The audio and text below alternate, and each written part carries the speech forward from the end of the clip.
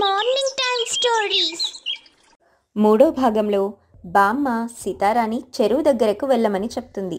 బిందె కూడా తీసుకువెళ్లకుండా సితారా వెళ్తుంది. అప్పుడు దాన్ని వాళ్ళెవరూ గమనించరు. చాలా సమయం తర్వాత ఆమె తిరిగి రాకపోవడంతో వాళ్ళు చాలా కంగారు పడుతూ ఉంటారు.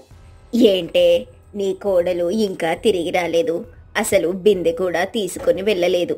ఆ సంగతే నేను మర్చిపోయాను. ముందది ఎక్కడికెళ్ళిందో వెళ్ళి చూడు, నాకు కూడా అది కంగారుగా ఉంది అని అనుకుంటూ ఉండగా ఇంతలో మైనా అక్కడికి వచ్చి, అత్తయ్య, సితారా కాలు జారి చెరువులో పడిపోతే హాస్పిటల్లో చేర్పించారంట.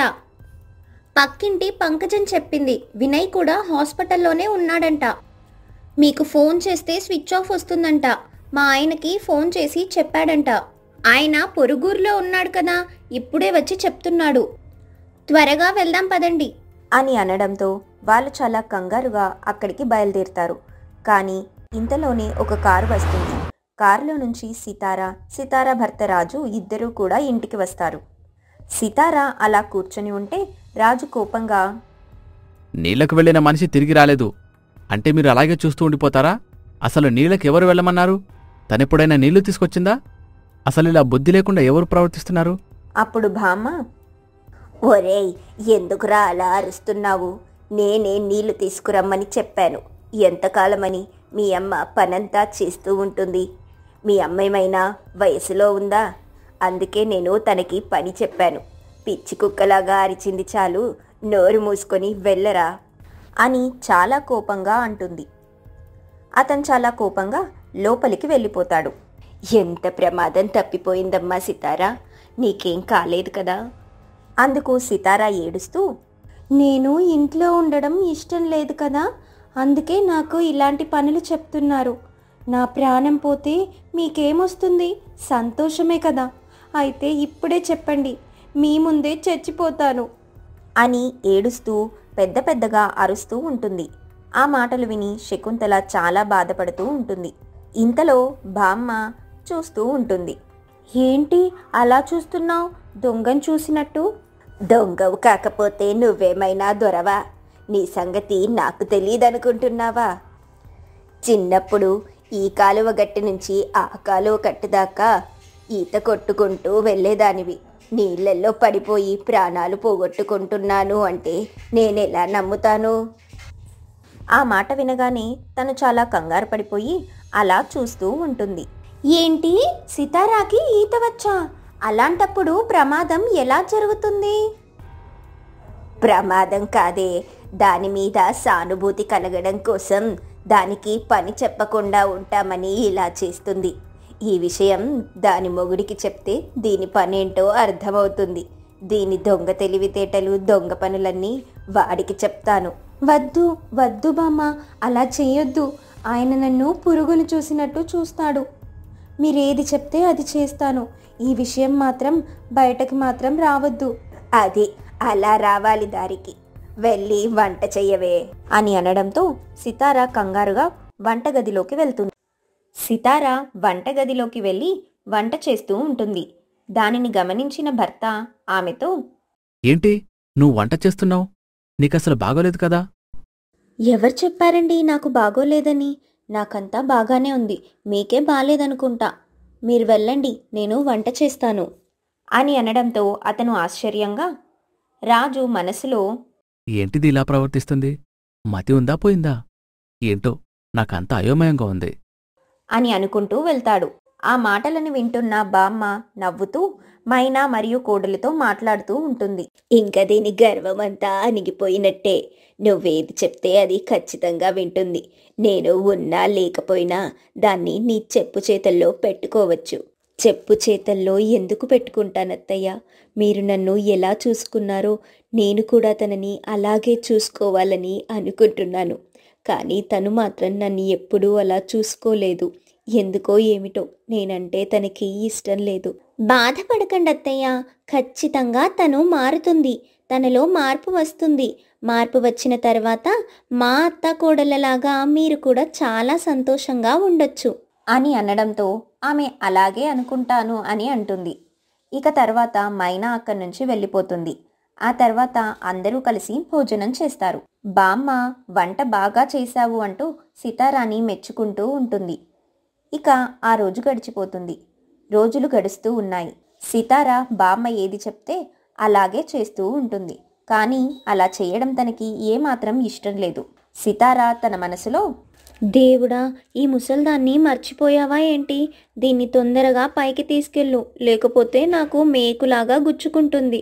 త్వరగా నా కోరిక తీర్చయ్యా అంటూ ఉండగా బామ్మ పెద్ద పెద్దగా కేకలు వేస్తూ ఉంటుంది.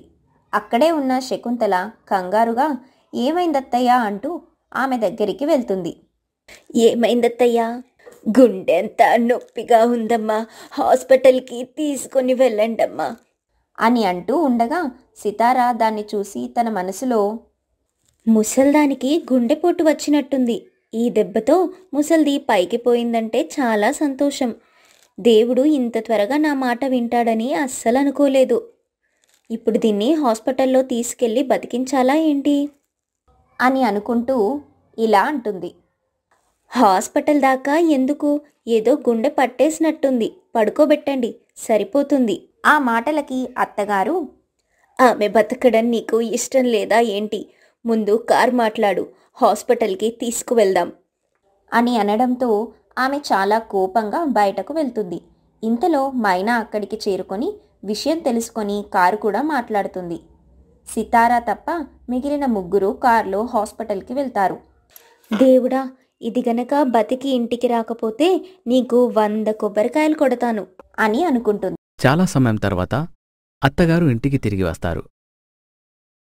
సితారా మనసులో, ఏంటి ఒక్కతే వచ్చింది?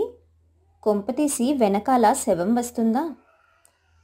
అని అనుకుంటూ అత్తయ్య, శవం వెనకాల వస్తుందా? బాక్స్ ఏమన్నా ఆర్డర్ పెట్టారా? లేకపోతే ఐస్ ఏమన్నా ఆర్డర్ పెడతారా? ఆ మాట వినగానే అత్తగారు చాలా కోపంగా, ఏం మాట్లాడుతున్నావు నువ్వు? శవమేంటి? నువ్వు మాట్లాడేదేంటసలు?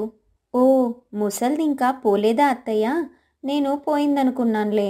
ఛీ, మళ్ళీ బతికిందా ఏంటి? అని నోటికి వచ్చినట్టు మాట్లాడుతూంటే అత్తగారు చాలా కోపంగా, బతికున్న మనిషిని చనిపోలేదా అని అడుగుతున్నావు. అసలు నువ్వు మనిషివేనా?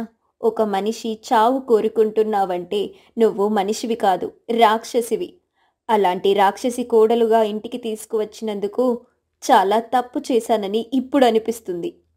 ఎన్ని రోజులు నువ్వేం చేసినా నేనేం మాట్లాడలేదు, కానీ ఇలా మాట్లాడుతూ ఉంటే అస్సలు సహించలేను. నేను ఇంటికి తిరిగి వచ్చేటప్పుడు నువ్వు ఇంట్లో ఉన్నావా? నీకు మర్యాద దక్కదు.